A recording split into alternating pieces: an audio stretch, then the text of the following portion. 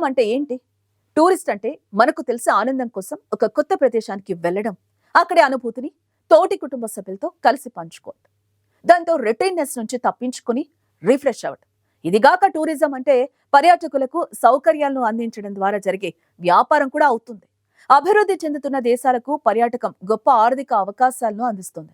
ఇది ఉద్యోగాలను సృష్టిస్తుంది, స్థానిక ఆర్థిక వ్యవస్థను బలోపేతం చేస్తుంది, స్థానిక మౌలిక సదుపాయాల అభివృద్ధికి దోహదం చేస్తుంది. సహజ పర్యావరణం, సాంస్కృతిక ఆస్తులు, సాంప్రదాయాలను పరిరక్షించడంలో, పేదరికం, అసమానతలను తగ్గించడంలో సహాయపడుతుంది. ఇది మనకు తెలిసి టూరిజం వల్ల కలిగే ప్రయోజనాలు. ముఖ్యంగా 4 రకాలైన టూరిజం ప్రస్తుతం కొనసాగుతున్నాయి. అవేంటంటే leisure tourism, business tourism, cultural tourism, adventure tourism గురించి చెప్పుకోవచ్చు. ఇవి కాక మరో 12 టూరిజాలు కూడా ఉన్నాయి. అవి కూడా చూద్దాం. Wildlife tourism, eco tourism, medical tourism, wellness tourism, heritage tourism, religious tourism, cruise tourism, వంటల tourism, dark tourism, film tourism, sports tourism, educational tourism, yoga retreat tourism, recreation tourism, వీటితో పాటు బర్త్ టూరిజం కూడా పాపులర్ అవుతుంది. మనం దాని గురించే ఈ రోజుటి ఇన్డెప్త్ తో చూడబోతున్నాం.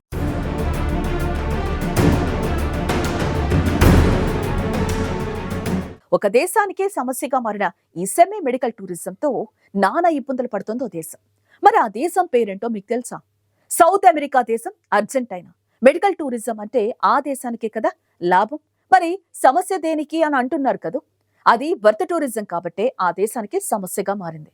ఇంతకీ ఆ దేశానికి ఏ దేశపు పర్యాటకులతో సమస్యనో తెలిస్తే మీకు విషయం అర్థమైపోతుంది. గత 2 ఏళ్లుగా యుక్రెయిన్ దేశంతో పోరాడుతోంది రష్యా.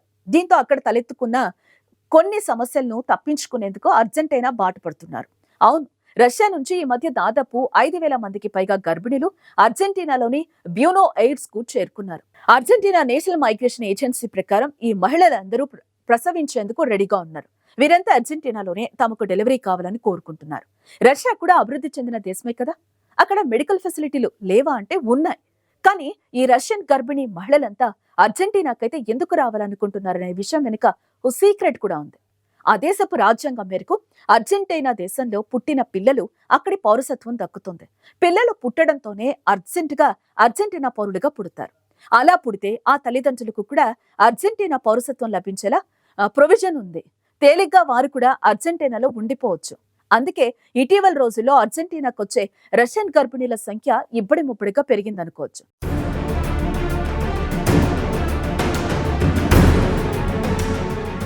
యుక్రెయిన్ తో రష్యా యుద్ధం కారణంగానే వీరంతా ఇలా వలసల బాట పట్టారని స్థానిక మీడియా చెప్తోంది. యుద్ధం నుంచి తప్పించుకోవడానికి కూడా ప్రజలు ఇదొక సాకుగా చూపిస్తున్నారని తేలింది. మరొక సౌకర్యం ఏంటంటే గతేడాది ఫిబ్రవరిలో యుక్రెయిన్ పై రష్యా దాడి చేసింది. దీని తర్వాత రష్యా నుంచి పాశ్చాత్య దేశాలకు వెళ్లటం రష్యన్లకు కష్టంగా మారింది. కారణం 2022 సెప్టెంబర్లో యూరోపియన్ యూనియన్, రష్యా మధ్య వీసా ఫెసిలిటేషన్ ఒప్పందం రద్దయింది. దాంతో వారు మరో యూరోపియన్ దేశం వెళ్లడం అసాధ్యంగా మారింది. కానీ అర్జెంటీనా పౌరసత్వంతో ఆ సమస్య నుంచి తప్పించుకోవచ్చు. పైగా అర్జెంటీనా పౌరసత్వం లభిస్తే వచ్చే పాస్పోర్ట్లో రష్యన్ పాస్పోర్ట్ కంటే ఎక్కువ మినహాయింపులు ఉంటున్నాయి. ప్రపంచంలోనే అత్యంత సురక్షితమైన పాస్పోర్టుల్లో అర్జెంటీనా పాస్పోర్ట్ కూడా ఒకటి. ఇక్కడ పాస్పోర్టులతో ప్రపంచంలోని 171 దేశాల్లో వీసా ఫ్రీ ఎంట్రీ, అంటే వీసాల అవసరం లేకుండా సునాయాసంగా వెళ్లిపోవచ్చన్నమాట. అడిగేవారు ఉండరు.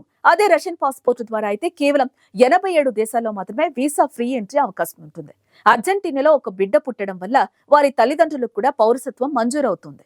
ఆ ఒక్క అవకాశం వల్లనే అర్జెంటీనాకు రష్యా నుంచి బర్త్ టూరిజం డెవలప్ అయింది. ప్రజలు యుద్ధంలో చిక్కుకోకుండా పారిపోవడమే కాదు, అర్జెంటీనాలో వీసా ఫ్రీ ఎంట్రీని కూడా ఉపయోగించుకుంటున్నారు. ఇక్కడ నాణ్యమైన మందులు అందుబాటులో ఉన్నాయి, ఆసుపత్రులు కూడా బాగున్నాయి, చాలా ఆప్షన్లు ఉన్నాయి. బర్త్ టూరిజం కోసం రష్యన్ పౌరుల రాక అర్జెంటీనా ఆసుపత్రులకు లాభదాయకంగా ఉంటుంది. ఇది చాలా కాలంగా ఇక్కడ జరుగుతోంది.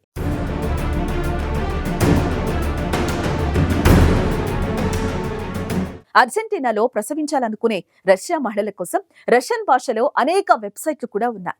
ఈ వెబ్సైట్లు గర్భిణీలకు డెలివరీ ప్రణాళికలు, ఎయిర్పోర్ట్ పికప్, స్పానిష్ బోధించడానికి కోర్సులు, అర్జెంటీనా రాజధానిలోని ఉత్తమ ఆసుపత్రుల్లో డెలివరీపై తగ్గింపులను ప్రచారం చేస్తున్నాయి. ఇది వారికి చాలా ఉపయోగకరంగానూ ఉంటున్నాయి. పైగా వారి పని తేలికైపోతోంది.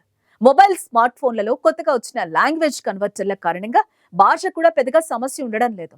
మీరు రష్యన్ లాంగ్వేజ్ లో మాట్లాడితే ఆయా దేశాల భాషలో ఆండ్రాయిడ్ ఫోన్లు తర్జుమా చేసేస్తున్నాయి. ఇప్పటికే అర్జెంటీనా, రష్యా దేశాల్లో చాలా కంపెనీలు బర్త్ టూరిజం సౌకర్యాన్ని అందిస్తున్నాయి. 2015 నుంచి ప్రజలకు ఇమిగ్రేషన్ హెల్ప్ అందజేస్తున్నాయి. అయితే భారీగా రుసుము కూడా వసూలు చేస్తున్నాయి. విమానాలకు సంబంధించిన టికెట్లు బుక్ చేస్తున్నాయి. ఏం తక్కువ $1 మిలియన్ వ్యాపారం కొనసాగుతోంది. అయితే ఇది అక్రమ నెట్వర్క్ అని అర్జెంటీనా పోలీసులు ప్రచారం కూడా ప్రారంభించారు. ఇలా ఓ పర్పస్ కోసం తమ దేశానికి డెలివరీ కోసం రావడం చట్టవిరుద్ధమని కూడా అంటున్నారు.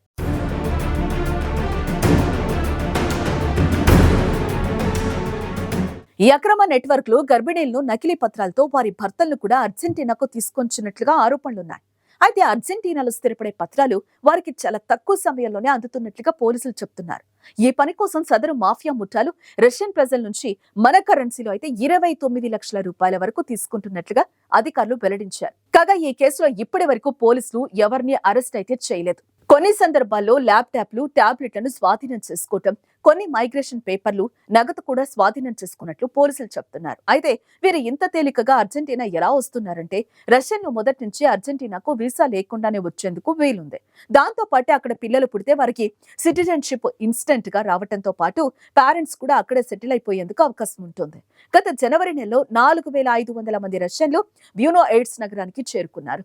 అందులో ఎంతమంది గర్భిణీలు ఉన్నారో ఖచ్చితంగా తెలీదు. నగరంలోని 2 మేజర్ హాస్పిటల్స్ లో డెలివరీలు జోరుగా సాగుతున్నాయి.